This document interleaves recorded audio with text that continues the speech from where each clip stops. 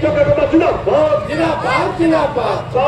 college शिक्षक कर्मचारी संघ जिंदाबाद 35 वर्ष चाकरी कला जब पेंशन नहीं ताले सरकार उच्च शिक्षार केमती विकास करेंगे गुणात्मक शिक्षार केमती विकास हम यही राज्यर बंधु मैंने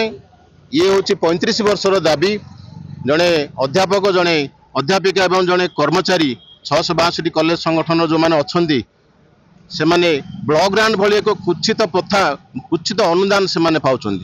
सरकार 35 वर्ष आम कार्य करुचु 35 वर्ष आम यही राज्यर 70 भाग पिला शिक्षादान करूँ आज जड़े बिना पेंशन रे से रिटायर्ड हो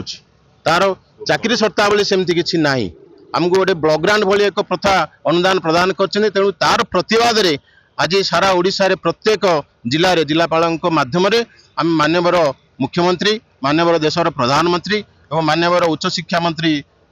केंद्र सरकार को आम एक दाबी पत्र प्रदान करुचु यार यथाशीघ्र यार समाधान न कले आगामी अगस्ट 16 तारिख में पुनर्बार आम आउे भुवनेश्वर गांधी मार्ग राजरास्ता धारणा देवु तेणु अनुरोध करुचु जे यही जो ब्लॉक ग्रांट प्रथा अच्छी उच्छेद करा जाऊ पूर्ण अनुदान दि जाऊ चाकरी शर्तावली दि जाऊ पेंशन दि जाऊ 35 वर्ष चाकरी कला जब पेंशन नहीं ताले सरकार उच्च शिक्षार केमती विकास करेंगे गुणात्मक शिक्षार केमती विकास हम तेणु आम अनुरोध करुचु शिक्षा विभाग को सुचारू रूप संपादन करने प्रथम शिक्षक मानकर दाबी शिक्षक मानकर समस्या को दूर करा जाऊ सरकार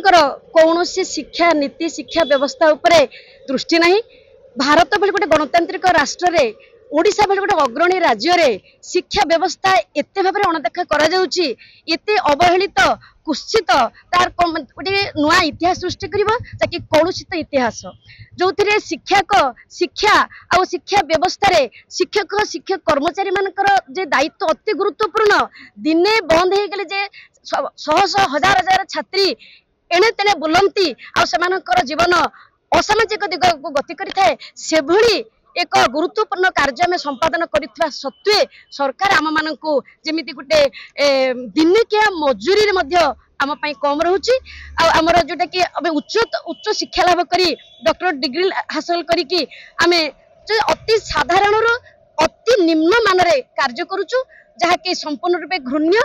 आमर दाबी नहीं आमर अधिकार जदि आम कहवा गणतांत्रिक राष्ट्र तेले आमर चाकरी शर्तावली आमर जो अवसरकालीन आमर पेंशन ये सब आमर अधिकार जो कर्तव्य रही अधिकार कहीं रही जदि कर्तव्य गुरुत्व दिए आम सरकार प्रति नियम मानुचु प्रत्येक कथा को अक्षर अक्षर पालन करुचु ता सत्वे गोटे सरकारी चाकरिया भली आम कौन शर्त पाई पारुनु जहाँकि आम जीवन आ भविष्य अंधकार रही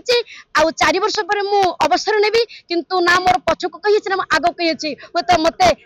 कौन हबार पड़ो मुझे जानी तो भिक्षावृत्ति मत कर आवश्यकता पड़ पारे कारण जो दरमा खूब कम समय आम पाइचु ता समुद्र को संख्या पानी भली मन हो तेणु सांबादिक भाई गोटे अनुरोध जे आपण विषय को एभली भाव में उपस्थापित करूँ जहाँ सरकार एक मुख्य कर्तव्य भाव में जमी रही आगामी कार्यपंथा से सरकार जमी शिक्षा नीति को सुधारिबा सहित ओडिशार शिक्षा व्यवस्था को बलवत्तर करने सहित शिक्षा व्यवस्था चलुवा शिक्षक शिक्षा कर्मचारी और अध्यापक अध्यापिका समस्त आनुषंगिक